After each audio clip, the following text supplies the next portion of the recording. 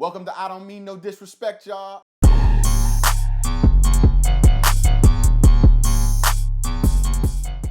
I'm here to bring you some Obamacare.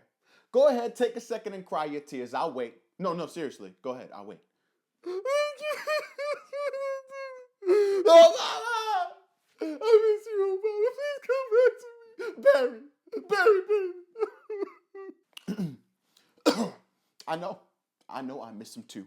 Just as bad as Justin missed Britney Spears, and that's why we're all here, seemingly living out all our nightmarish fears. Never thought I'd live in an America run by the Syracuse mascot's discarded orange peels, like for reals.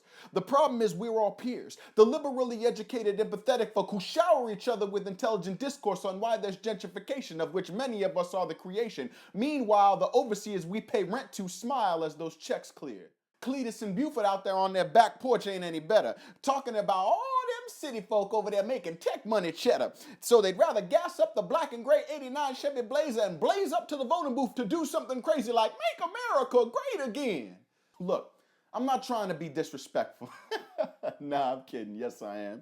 This dude never came to none of your backwoods towns until he needed your hand. Y'all was like that lonely-ass girlfriend whose man left again. No calls, no signs. Rich people with promises don't actually love you. I know, but he came back with roses this time. And I bet you loved it when Paul Ryan dropped his signature legislation. Lord knows it's been the Jergens for Republican masturbation for the last 7 years. Meanwhile, all their wives whisper to each other between games at the tennis court, "Oh, I will take that new Mercedes because his flaccid little bill sure is coming up short." But I digress. Back to you, old Cletus and Buford. How'd that vote turn out? Oh, wait, Cletus. Ain't your wife over there on Medicaid because y'all don't make enough money for the bills to get paid? And Buford...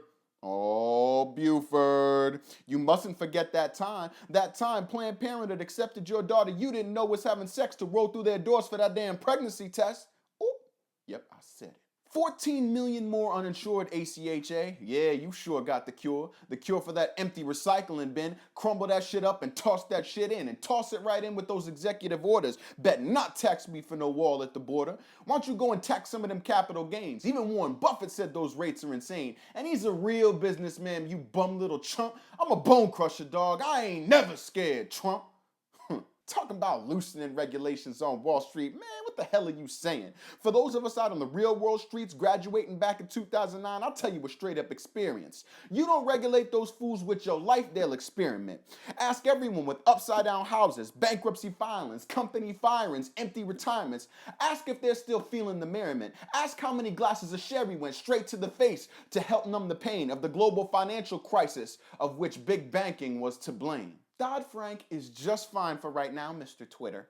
Oh no, sweetheart, I think you're confused just a little. Anne Frank was the little girl who hid from the Germans. You know in that thing called the Holocaust? That thing y'all keep somehow forgetting to mention the Jews in? God, for some self-proclaimed winners, y'all stay always losing.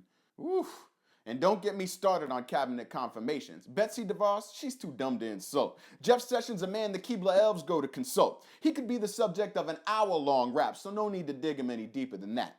But my least favorite so far is Zany Mulvaney, more pinky than brainy. Insane, he talks about budget cuts and program slashes as if when the poor don't get richer when given some cash, it's their fault for squandering the opportunity with their constant importunity. We need more bombs, more drones, more military congruity. And so he defends budgetary lunacy within the comfort of his smug, entitled impunity. And I can't even watch the news now without raising an eyebrow. People so desperate to Trump, it's a mess, kid. We just secured his 05 taxes. Let's finally blast him. An hour later, my head disappointingly bows. Wow, the monster even got you, Rachel Maddow. Look, if you can stomach digging through all the garbage, and there's lots of it with this media carnage, there's little nuggets of knowledge. Here's the thing. Those tax returns show that one system was actually working. The alternative minimum tax in the code protectively lurking. It prevents some millionaires from abusing accounting, amounting to why Trump's tax returns didn't seem that astounding. But see, this is why you must be like Sherlock, examine. Remember, Trump said his tax plan would help the common and tax more the wealthy. But in his proposed tax plan, guess what's conveniently missing?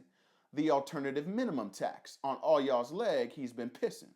From taking bullshit pictures with HBCUs to views on fake news only continues to prove that this lewd, crude, rude piece of pre-chewed food dude is just like Captain Hook, telling Jack that he's your family, always pandering and speech meandering and hyperbolic with such ease he frolics around the First Amendment line between free speech and slandering.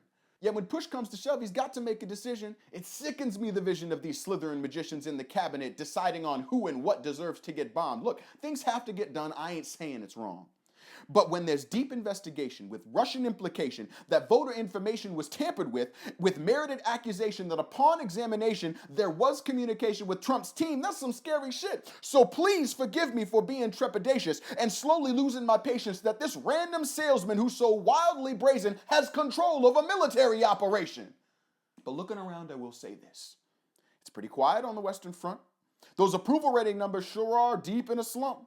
And a little tiny part of me kind of feels bad for those voters. You know, those people that were diehard, committed, and loyal. You know, they stood out in the cold and promoted this senile and arrogant spray tan experiment, American embarrassment, his pie hole and irritant. He spouts only disparagement, his venomous virulence. Crikey, please someone bring back Steve Irwin, who can tame the ego of this poisonous serpent. Whew. Woosah there, young Carter. Woosah, calm it down. You got too much black in your biracial body to be getting this loud. Live the rest of this time quietly, just counting the days. Look, at least there's Ben Carson. He's black. He's okay. Oh, wait. He's out paving the way for all our ancestors who apparently weren't slaving away? Anyway, sorry to end so downtrodden, but there's work to be done. We must tend to our garden and fight off this infestation of Trump, lest the fruits of America be tossed in the dump. Blah, blah.